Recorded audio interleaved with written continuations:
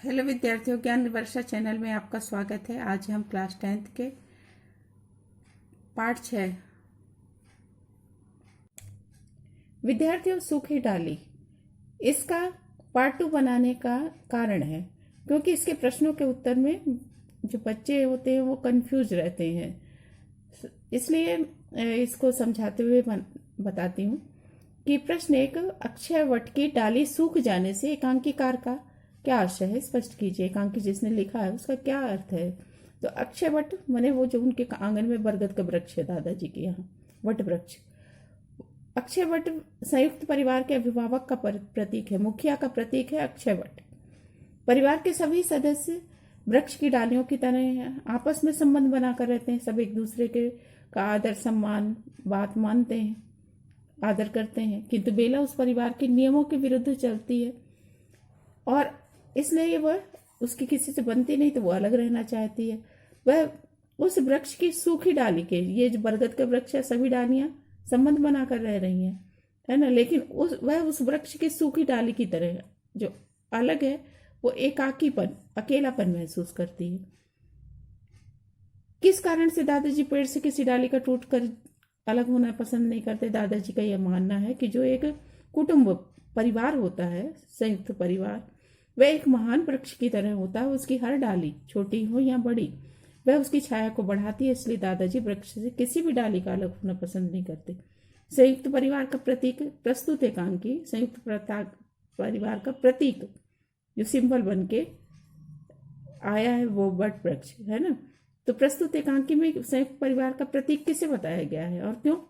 संयुक्त परिवार का प्रतीक वट वृक्ष को, बरगद के वृक्ष को बताया गया है। जिस प्रकार वृक्ष की सभी डालियां पेड़ की शोभा को बढ़ाती हैं, ऐसे ही जब परिवार के सदस्य आपसी सहयोग और एकता प्रदर्शित करते हैं तो संयुक्त परिवार जुड़ा रहता है ना। यही परिवार की एकता, परिवार माने यही एकता संयुक्त परिवार में भी देखने को मिलती है। नहीं तो वो क्या होगा, एकता नहीं होगी तो टूट जाएगा, एकाकी परिवार बन जाएंगे। अब दीर्घ उत्तरी प्रश्न, सूखी डाली का केंद्रीय भाव क्या है ना। केंद्रीय भाव क्या होता है? सारांश, शॉर्ट में, है ना, कम से कम शब्दों में पूरी बात आप कह दें। केंद्रीय भाव प्रतिपाद कहें तो भी केंद्रीय भाव ही है, प्रतिपाद लिखिए तो भी केंद्रीय भाव ही है, माने शॉर्ट में लिखना है। पारिवारिक पृष्ठभूमि पर आधारित इस एकांकी में परिवार के अंतर्द्वंद, परिवार के सदस्यों के आपसी तनाव को प्रभावी ढंग से, माने उसका असर व्यक्त किया, बतलाया है ना। जब परिवार के सदस्यों के बीच तनाव रहता है तो उसका असर क्या होता है, ये बतलाया है। जिस प्रकार वट वृक्ष की, बरगद की छाया स्थायी होती है, हमेशा सुख, ठंडी और शीतल, सुख देने वाली होती है, उसी प्रकार संयुक्त परिवार के जो मुखिया होता है, मुखिया माने जो हेड मेंबर, मेन प्रमुख व्यक्ति, तो वो मुखिया का संरक्षण, जिसकी सब बात माने, है ना, और संरक्षण माने उसके द्वारा दी गई सुरक्षा और बिना भेदभाव के सबकी आवश्यकताओं को पूरा करना, ये संरक्षण कहलाएगा। और सुरक्षा देना, तो ये मुखिया अगर सभी सदस्यों का बिना माने न्याय के साथ सबका देखभाल करता है, सबको सुरक्षा देता है, तो उस परिवार में सुख शांति बनी रहती है। परिवार को कोई भी सदस्य परिवार से अलग होकर नीरस हो जाता है, बिना रस, है ना, और नीरस हुआ तो वो सूखी डाली में बदल गया, है ना, सूखी डाली की तरह निर्जीव हो जाता है। अगर कोई सदस्य परिवार में अलग रहता है तो वो नीरस होकर सूखी डाली की तरह निर्जीव मर जाता है ना। वैसे जिंदा रहेगा लेकिन उसका मन बुझा सा रहेगा। उसे परिवार से अलग होने से रोकना चाहिए, ऐसा दादाजी का कहना था। यदि दादा मूल राज माने होता है जड़, है ना, जड़ जिस प्रकार एक वृक्ष को पालती पोसती है, वैसे ही यदि दादा मूल राज ना होते तो परिवार टूट जाता है। इस कथन से, इस वाक्य से आप कहाँ तक सहमत है ना? पर्याप्त कारण बताइए। हाँ, टूट जाता। यदि मूल राज दादा मूल राज ना होते तो परिवार का एक सदस्य बेला परिवार से अलग हो जाती, क्योंकि वह परिवार की उपेक्षा को अनुभव कर रही थी। सब उसके से क्या हो गए थे ना, थोड़ा नाराज रहने लगे थे, और वह भी किसी के प्रति अपने मन में अच्छे भाव नहीं रखती थी, तो वह अलग हो जाती। दादाजी को जब यह पता चला कि उन्होंने परिवार के सदस्यों को बेला का सम्मान करना, उसके कार्य में हाथ बटाना और उसके समय को ना खराब करना, ये सब बताया, तो दादाजी के आदेश का सबने पालन किया। तो परिवार टूटने से बच गया।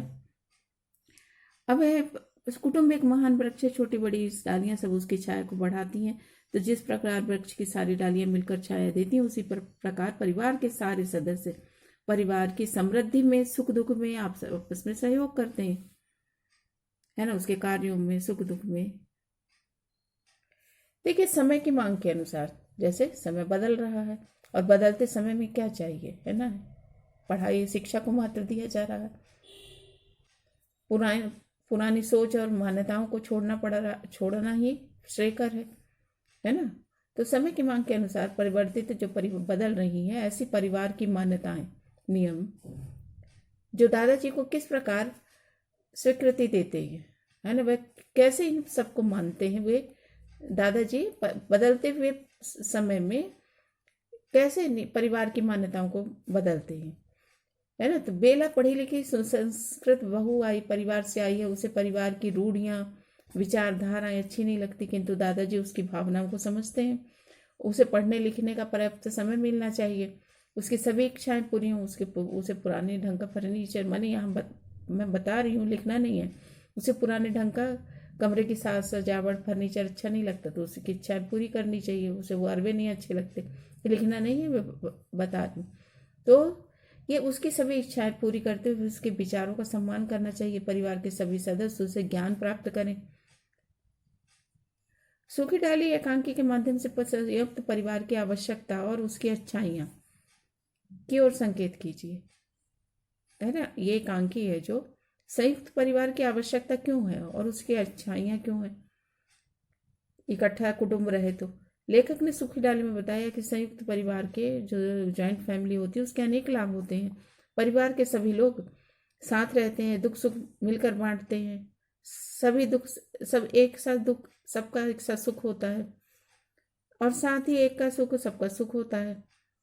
और यदि एकांकी व्यक्ति है, अगर अकेला कोई व्यक्ति है और दुख में ऐसे अति परेशान है, कठिनाइयों का हल खोजने में सभी उसका सहयोग करते हैं, चिंता भी बांटते हैं। अकेला आदमी सोच सोच कर परेशान हो जाता है, कामों में भी बंटवारा हो जाता है, मिलजुल कर खान पान होता है, हास परिहास होता है, मने हंसी मजाक भी होता है, इस तरह मन लगा रहता है।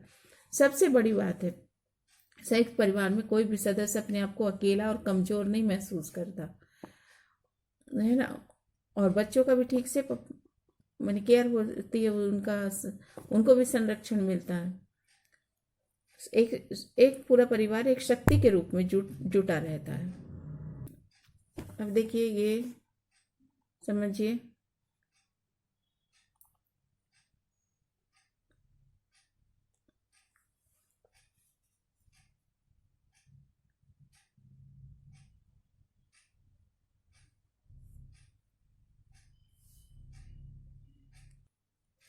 देखिए आप भाषा अनुशीलन को देख लें। स्वेच्छा, जगदीश, ज्ञानार्जन, सुरेंद्र, परमात्मा, और जिसमें ये आगत शब्द है, और इसके अलावा जो है वो देशज शब्द है। मुहावरे हैं, मुहावरे तो घड़ी ना टिकना, मने एक पल के लिए भी आराम ना करना, और जली कटी सुनाना, दुख देने वाली बातें करना, गज भर की जुबान होना, बहुत अधिक बोलना, है ना, और गुलोट पोट होना, बहुत अधिक खुश होने आना, अपना सा मुंह लेकर रह जाना, निराश हो जाना, है ना, बहुत अधिक हंसना, लोटपोट हो जाना, बहुत अधिक हंसना। अब उचित विराम चिन्ह है, तो ये देखिए, ये विस्मयादि सूचक चिन्ह है, और ये रहा, ये प्रश्नवाचक चिन्ह है, और बड़ी भाभी बुद्धिमती है, और मेरी केवल मात्र, दोनों का मीनिंग एक निकल रही है। जब दो शब्दों की का अर्थ एक हो तो एक वाक्य में वो नहीं आते। ऐसे ही यहाँ भी तनिक का मतलब भी थोड़ा और थोड़ी का मतलब भी थोड़ा, केवल का मतलब भी केवल और मात्र एक ही समान है, तो एक बार में एक ही शब्द आएगा। गॉड ब्लेस यू बच्चों, और आप लोग कॉपी कंप्लीट कर लें।